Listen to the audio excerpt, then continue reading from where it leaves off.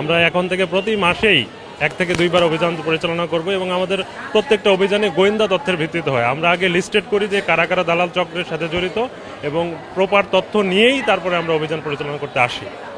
আজকেও আমরা বিগত কয়েকদিন ধরে গ্রাউন্ড ওয়ার্ক করে এবং বিভিন্ন গোয়েন্দা সংস্থার সাথে কথা বলে এনএসআই এর সাথে কথা বলে প্রপার একটা ডাটা বেস আগে তৈরি করছি যে কারা কারা এর সাথে জড়িত। এসে আমরা এজন্যই আমরা এত সহজে খুব কম সময়ের মধ্যে কিন্তু ধরে ফেলতে পারছি এবং প্রত্যেকে আমাদের মানে রিসার্চের ফল যে আমরা আগে গ্রাউন্ড ওয়ার্ক করছি তারপরে এদেরকে ধরে আমরা খুব কম সময়ের মধ্যে আইনের আওতায় নিয়ে আসতে।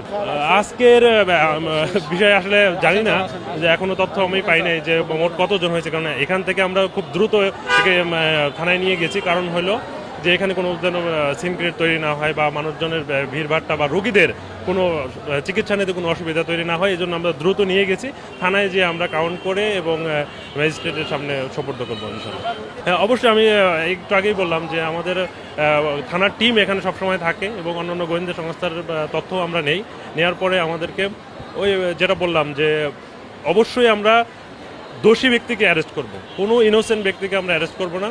এখানে যারা রিপ্রেজেন্টেটিভ আছে তাদেরও একটা টাইম আছে যে তারা সোমবার এবং বৃহস্পতিবার আসতে পারবে এবং 12টার পরে আসতে পারবে।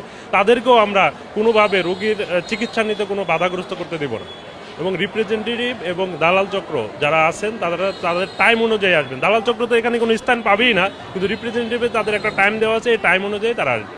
এর বাইরে আসলেই আমরা আইনের আওতায় নিয়ে আসবো। এইটা তাদের এক ধরনের মানে ছদ্মবেশ এবং তাদের পেছনে এরকম নারী কিছু মানে সেট করা থাকে যে এরা ধরা পড়লেই যেন তারা একটা সিন ক্রিয়েট তৈরি করে।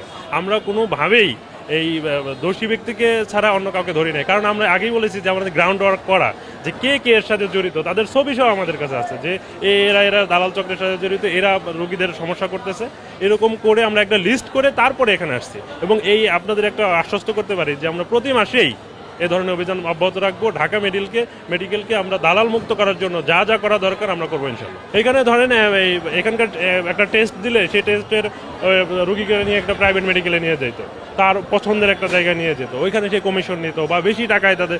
এখানে আমরা যেহেতু সরকারি মেডিকেল, এখানে সুলভ মূল্যে পাবে সব রোগীরা সেবা পাবে, সেটা না পেয়ে এরা দেখা গেছে যে আরো বেশি টাকা দিয়ে অন্য কোথাও জিম্মি করে এদেরকেও টেস্ট করাইতো বাইরে নিয়ে এবং তাড়াতাড়ি করে দিবে বা বিভিন্ন মানে লোভ দেখাইতো যে